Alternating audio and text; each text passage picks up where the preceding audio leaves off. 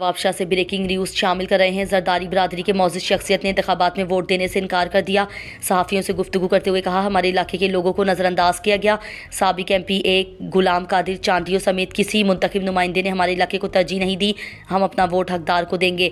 हम इलाका मकीनों का एक ही फैसला है कि हम वोट मुस्तहिक और हकदार उम्मीदवार को देंगे। मंसूर अली जरदारी UC खडर रईस बख्शल खान जरदारी जो पुट आया असांखे इहो ई मसलो आहे त हिते ग़रीब अवाम आहे। ही वॾेरा शाही खे ख़तमु करणु चाहियूं था।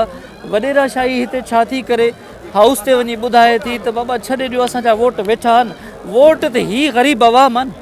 इन्हनि वोटनि तां त वॾेरो चूंडिजी वञी नवाब थो बीहे न। असां उहा नवाबी सिस्टम टोड़णु चाहियूं था। असां था चाहियूं हिननि जा राइट्स हिननि खे। इलाइक़े जो MP जेको पुठियां तक़रीबन 15 सालनि खां मुसलत आहे उहो गुलाम कादिर चांडियो आहे कंदो, पर असांजी उमेदूं अलाह साईं में आहिनि। हींअर मूं छा चयो, मूंखां जेतिरो पहुचंदो हिननि मिसकिननि जी मदद कंदो रहंदुसि। क़यादत खे रिक्वेस्ट कयूं था, आसिफ अली जरदारी साहब के, बिलावल साहब के, अदी फरियाल साहिबा के, रईस हाजी अली हसन जरदारी साहब के, भाऊ आशिक के, जैसे आसिफ साहब ख़ुद हिते जरदारिन जो ॿियनि क़ौमनि जो चङो ठाहियो आहे। उन खे अपील था कयूं, बजाए कंहिं बंगले ते वेहण खां सुठो आहे तूं ग़रीबनि वटि वञंदा, तो ग़रीबनि जा जो हॾ ॾोकी थी तोखे दुआऊं बि मिलंदियूं या अलाह कंदो।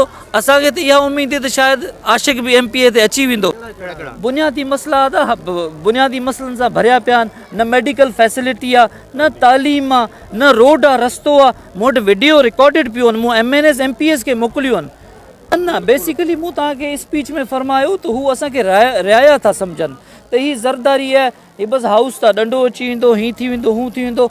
अदा हाउस असांजो वॾो आहे। हाउस असांजे असां वोट न कंदासीं जेतिरे हा बिल्कुलु बाइकाट। छो जो वोट ही था चवनि हिननि जा आहिनि ई 10 वोट, त 10 वोटनि ते हू खटे वेंदा, भले खटे वञनि। आउं कैडेट कॉलेज सांगड़ में पढ़ी आयो आहियां। ठीकु आहे, कैडेट कॉलेज सांगड़ उते जाम नवाज़ अली जाम साहिबान हूंदा, उहे केरु बि धारियो माण्हू बर्दाश्त न कंदा। ऐं जेको मूंखे नॉलेज आहे, ही वेटनरी यूनिवर्सिटी थी, cadet college Bakhtawar cadet college थियो, मोस्टली मुंहिंजे ख़्याल में 40-50% ॿाहिरि जा माण्हू आहिनि।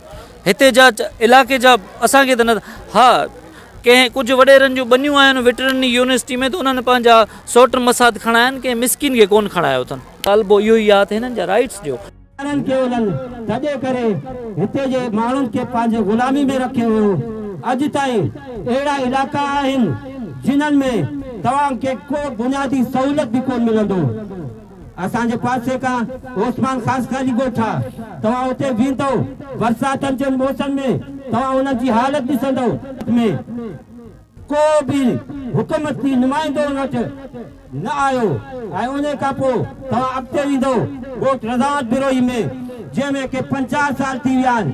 अॼु ताईं केस बुनियादी सहूलियत जो को हुते न रोड आहे, न अस्पताल आहे, न स्कूल आहे। उन खां साइड होसेमत बिरोही ॻोठ आहे। उन खां वधीक अॻिते वेंदो तव्हां सिमनाले ताईं तव्हांखे को बुनियादी सहूलियत कोन थो मिले। सिर्फ़ु असांखे मिलंदा आहिनि त नारा मिलंदा आहिनि, लेकिन असांखे को सहूलियत कोन थो मिले।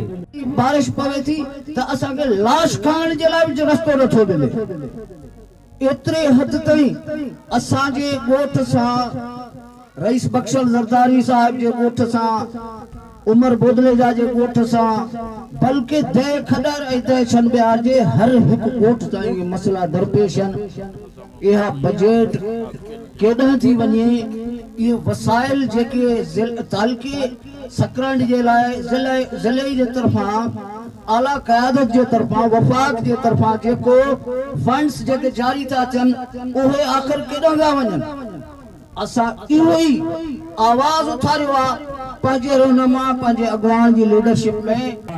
रोअण अचे थो पर छा कजे, रोई नथा सघूं। मुंहिंजो तव्हांखे सिर्फ़ु इहा अपील कंदुसि, ख़ुदा रा वोट ॾियो, पर सही सलामत माण्हुनि खे ॻोल्हे चूंडे वोट ॾियो। ऐं तव्हांखे इहा ॿियूं अपील कंदुसि त तव्हां ॾिसो तव्हां सां कहिड़ी पहिरियां हालत हुई ऐं हींअर सभु नज़ारा तव्हांजे साम्हूं अची विया आहिनि। असांजी ज़िंदगी जेके मथां छा थी विया आहिनि, ठीकु आहे। इहे बि असां इहे जेके रुगो ॻोल्हींदा हुआसीं, चांडिया आहिनि, सैयद आहिनि, इहे ई आहिनि।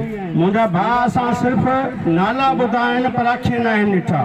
जे अखियुनि ॾिठा हूंदासीं त 5 सालनि जॾहिं वो तव्हां पंहिंजो वोट ॾिजो जे न त ख़ुदा खे मञो ख़ुदा खे मञी पंहिंजे घरनि में वेही रहो केर बि कंहिंखे चवण वारो कोन्हे मन तूं केॾां वियो जेॾी महिल तोखे असां फोन कंदा हुआसीं बाबा असां ताईं ज़ुल्म आहे ख़ुदा जी तोखे मौत पवे ख़ुदा जो तोते कहर पवे उहो तूं केॾां वियो जेॾी महिल असां पंहिंजा बच्चा जेके हुआ बीमार 15 साल का वठी असांजो गुलाम क़दर चांडियो साहिब असांखे लवणो कोन थो वणे वोट वठी मोही कोन थो वणे कूड़ा कसम खणी हींअर बोर्डनि में बारिशनि में असांखे लवणो बि कोन थो वणे की माण्हू वञी ॿिया केरु लवणो रईस बशकल के लख शाबस हुजे असांखे पाणी कढाए ॾे असांजी हिमायत कई मदद कई असां हींअर बाइकाट करे छॾियाऊं असां इलेक्शन खां गुलाम क़दर चांडियो को ॾींदासूं कोन जीअं रईस बशकल चवंदो असां उनजे मुताबिक़ असां